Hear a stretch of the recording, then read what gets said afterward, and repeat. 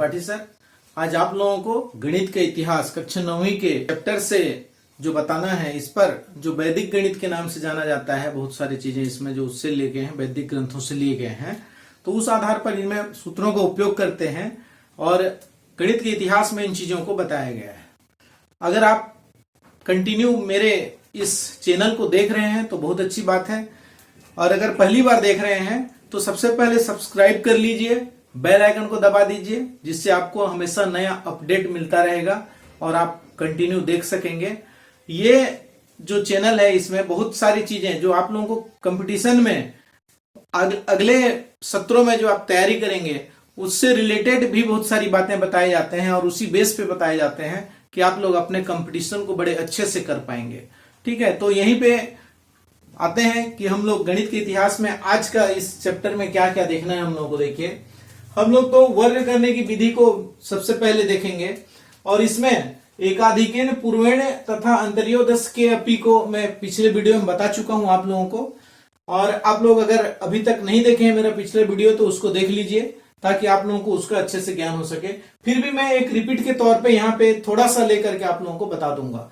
उसके बाद दूसरा है अनुरूपेण विधि, इस विधि से भी हम लोग वर्ग कर सकते हैं। तीसरा है यावत ऊनम तावत ऊनि कृत्य वर्ग चयोज्यते, इस विधि का उपयोग हम पर्टिकुलर किसी विशेष अंकों के लिए ही कर पाते हैं।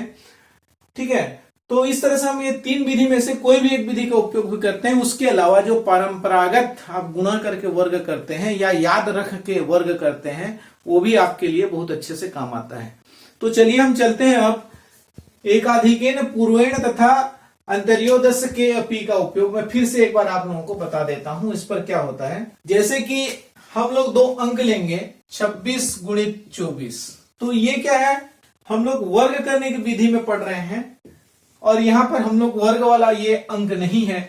इस प्रकार का उदाहरण लेकर के मैंने आपको पिछले एपिसोड में बता दिया है, तो इस प्रकार के गुणा को आप लोग बिल्कुल कर लीजिएगा, है ना।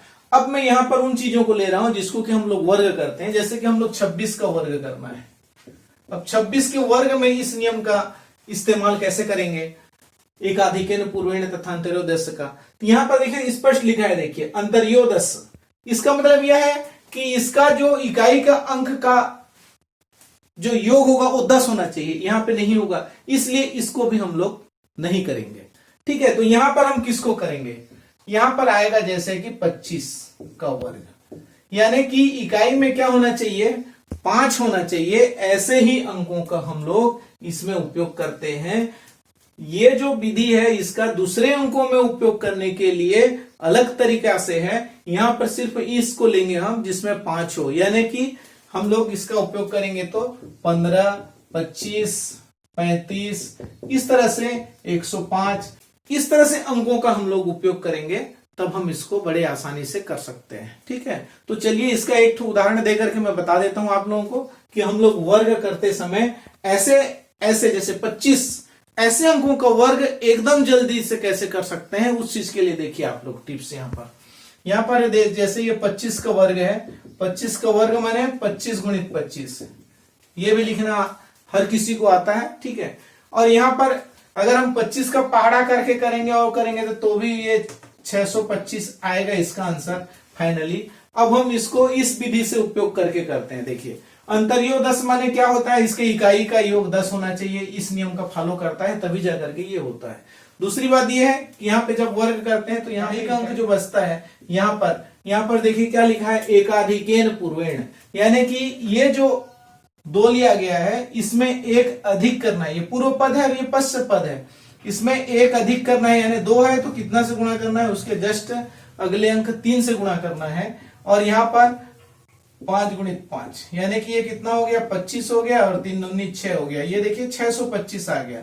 अब आप यहाँ पर 25 का पहाड़ा याद करना जरूरी था, यहाँ पर सिर्फ 5 के पहाड़े में ही आपका वर्ग निकालना आ गया। तो इस तरह से आप जो जिसमें 5 इकाई में 5 अंक हो, ऐसे अंकों का आप बड़े आसानी से वर्ग कर सकते हैं। तो इस तरह से हमने क्या सीख लिया, वर्ग करने की विधि में एकाधिकेन पूर्वेण विधि, और सिर्फ इसमें इसी अंकों का कर पाते हैं, इसलिए इसके ये सेपरेट विधि हो गया। अब आते हैं अनुरूपेण विधि। अनुरूपेण विधि क्या है, आप लोगों को सीधा सीधा एक सूत्र याद होगा, मैं बता देता हूं, a+b का होल स्क्वायर इक्वल टू पहले पद का वर्ग धन 2 गुणित पहला पद गुणित दूसरा पद धन दूसरे पद का वर्ग। ये सूत्र आप लोगों को याद होगा, अगर नहीं है तो याद रखिए, तब जाकर के आप वर्ग, इसमें किसी भी संख्या का आप वर्ग निकाल सकते हैं। ये विधि एकदम मस्त और बढ़िया विधि है, फर्स्ट क्लास। ठीक है, अब इसको जल्दी करने का तरीका आपको अभ्यास करना पड़ेगा और मैं बताते जाता हूं, एक दो स्टेप में इसके शॉर्टकट में भी जाएंगे किस तरह से बनेगा। ठीक है, तो यहां पर देखिए ये अंक है, मान लो ये इकाई का अंक हो गया और ये दहाई का अंक हो गया।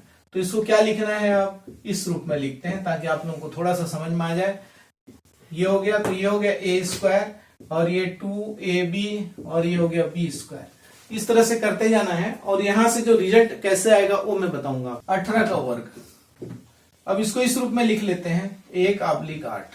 अब्लिक का मतलब यह है कि हम 1 को अलग और 8 को अलग दिखाना चाहते हैं, इसलिए ऐसा लिखें। ऐसा नहीं भी लिखेंगे, इसको डायरेक्ट लिखेंगे तो भी चलेगा जब सीख जाएंगे तो। ठीक है, दूसरा क्वेश्चन में वही बताऊंगा मैं। पहले का वर्ग मैंने 1 का वर्ग, फिर 2 गुणित पहला मैंने 1 और दूसरा मैंने 8, बी मैंने 8। ठीक है, ए और बी से तुलना कर रहे हैं, ए बराबर 1 बी बराबर 8। अब ये हो गया 8 का वर्ग। अब यहां पर देखो 8 8 64 हो गया, यहाँ पे 8 एकम 8 दूनी 16 हो गया और ये 1 एकम 1 हो गया। अब इसका आंसर लिखना है, देखिए 64 का 4 हासिल पाई 6, ये इसके साथ जुड़ेगा। 16 और 6 22 का 2 हासिल पाई 2, ये इसके साथ जुड़ जाएगा। 2 और 1 3, इसका आंसर आएगा 324। 18 का वर्ग बराबर 324, ये आएगा इस तरह से। ठीक है, तो इस तरह से आप देखिए कितना इजी हो जाता है। इसको एक दो क्वेश्चन और बताता हूं, उसके आगे इजी और कैसे शॉर्टकट में आप जिस समय कंपटीशन या अपने उपयोग करना रहेगा, कोई फट से पूछा इसका वर्ग बताना रहेगा, उस समय आप कैसे बताएंगे वो भी आपको पता चल जाएगा। चलिए यहां पे चलते हैं हम लोग 21 का वर्ग। 21 का वर्ग, अब 21 के वर्ग में अभी मैं ऐसा अब्लिक नहीं लिखूंगा, डायरेक्ट इसको लिखेंगे। ध्यान से देखते रहिए।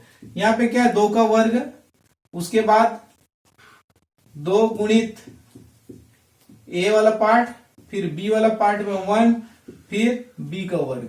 ठीक है, अब ये हो गया 1, ये हो गया 2 दूनी 4 एकम 4 और ये हो गया 2 दूनी 4। इसको लिखना चाहेंगे 1 का 1 4 का 4 4 का 4, 441 21 का वर्ग का होता है। ठीक है, ये हो गया इसका। अब आप देख रहे हैं यहाँ पे कितना आसान है किसी का भी वर्ग, है ना। तो आप लोग क्या करिएगा, वर्ग को पहला तो जितना मैक्सिमम हो सके याद रखिए, उसके अलावा जिसका याद नहीं रह पाता है उसको इस प्रकार के विधि का उपयोग करके भी आप बना सकते हैं। अब देखिए यहाँ पे मैं डायरेक्ट वाला बताता हूं। अब जैसे कि मान लिया हमारे पास आता है 13 का वर्ग, 13 13 मोड 69 होता है। ये आप लोगों को याद है तो बहुत अच्छी बात है, नहीं है तो क्या करेंगे आप ध्यान से देखिए, इसका उपयोग करना है हमको। अब इसका उपयोग करेंगे तो हम इधर से चलेंगे, इस साइड से इधर। अब क्या करना है, ध्यान से देखते जाइए। इधर का वर्ग करते हैं, ये बी वाले का, तो 3 तिया 9 हो गया। फिर क्या करते हैं, इसको इसके साथ गुणा करते हैं, बी को ए के साथ, तो 3 एकम 3 हो गया, 3 एकम 3। फिर दुगुना करेंगे तो 3 दूनी हो गया 6। उसके बाद इसका वर्ग करते हैं, इसका वर्ग ये है ए का वर्ग 1 एकम 1। इस तरह से देख रहे हैं आप, 13 का स्क्वायर माने 169 हो जाता है ना। बहुत ही सरल है।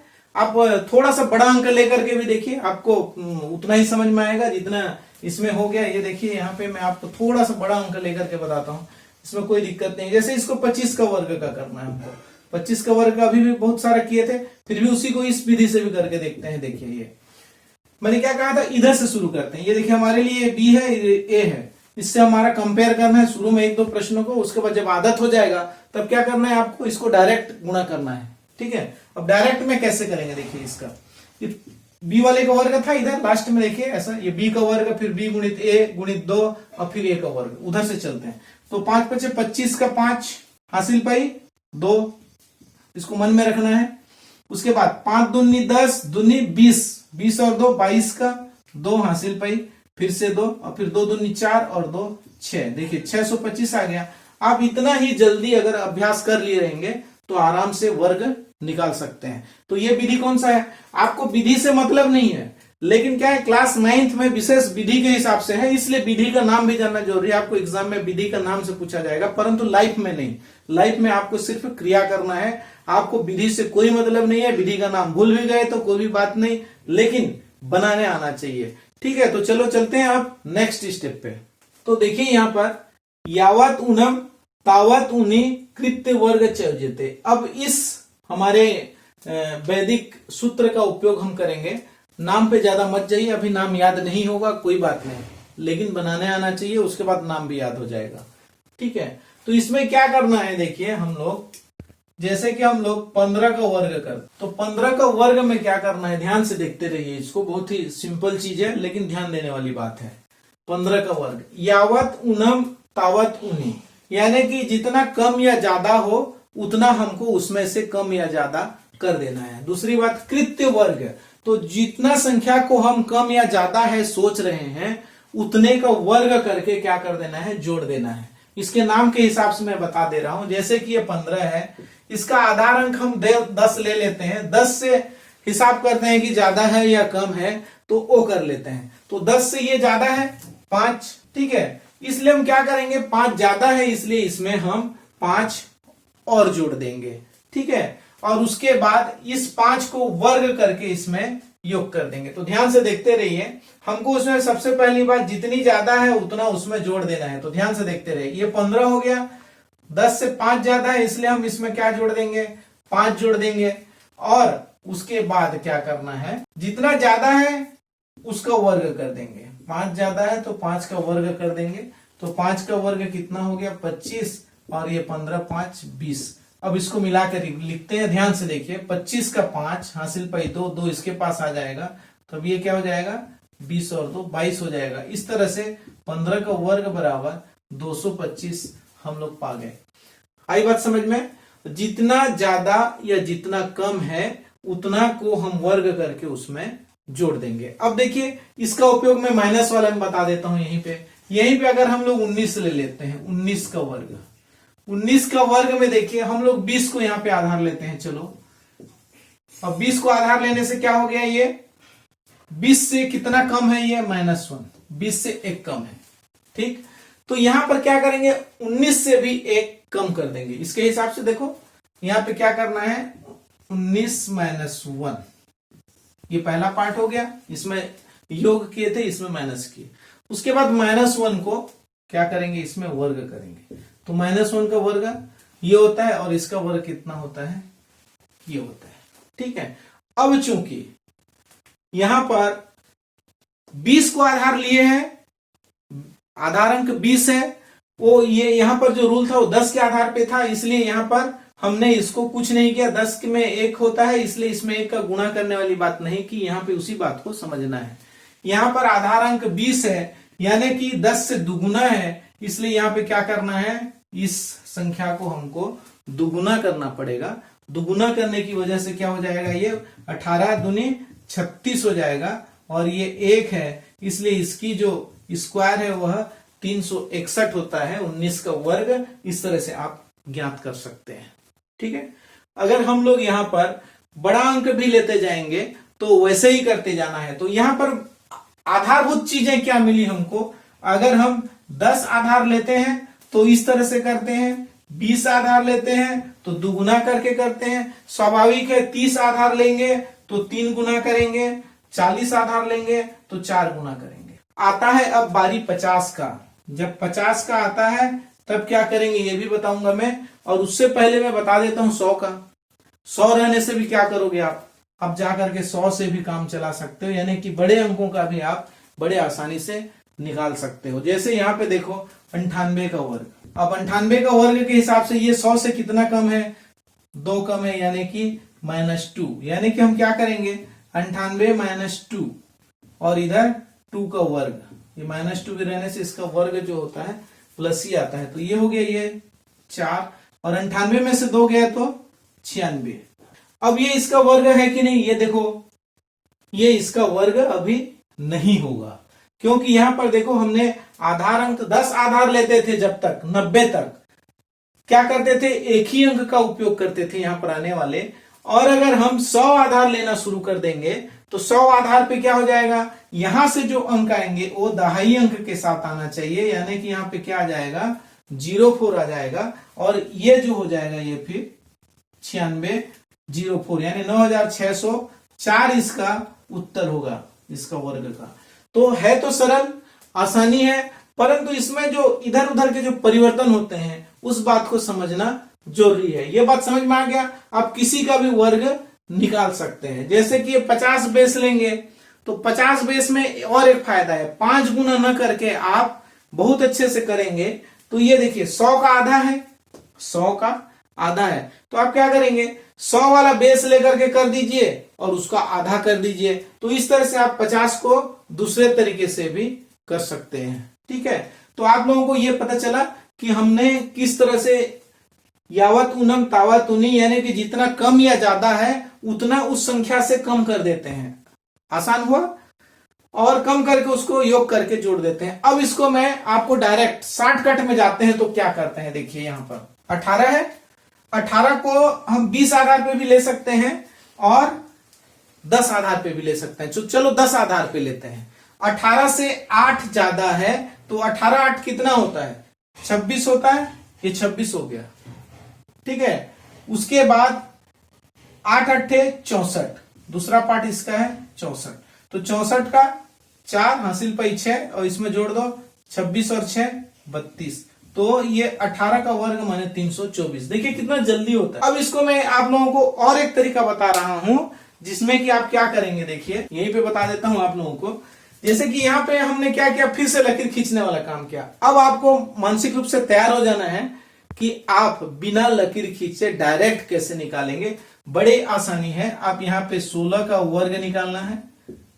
16 का वर्ग में देखते जाइए, 6 छक्के 36 का 6 हासिल पाई 3 बचा है।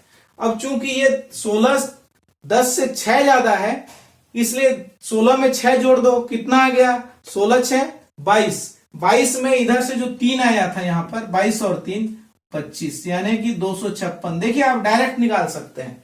बस आपको क्या मालूम होना चाहिए, हमको जो वैदिक सूत्र मिले हुए हैं वो अगर हमको उसके तरीके मालूम है, उसके नाम याद रहे न रहे, उसके तरीके अगर याद हैं तो हम बड़े आसानी से इस तरह से वर्ग को ज्ञात कर सकते हैं। ठीक है, आप लोग वर्ग करना तो सीख गए। हमने क्या क्या सीख लिया, एक बार रिव्यू देते हैं। सबसे पहले एकाधिकरण पूर्वण सीख लिया, उसके बाद अनुरूपेण सीख लिया, उसके बाद यावत ऊनम वाला यहाँ पर जो आप लोगों ने सीखा बहुत अच्छे तरीके से इसको अभ्यास कर लीजिए। ठीक है, अब बचता है वर्गमूल ज्ञात करना। हमने तो वर्ग करने की विधि देख लिया, अब आता है वर्गमूल ज्ञात करना।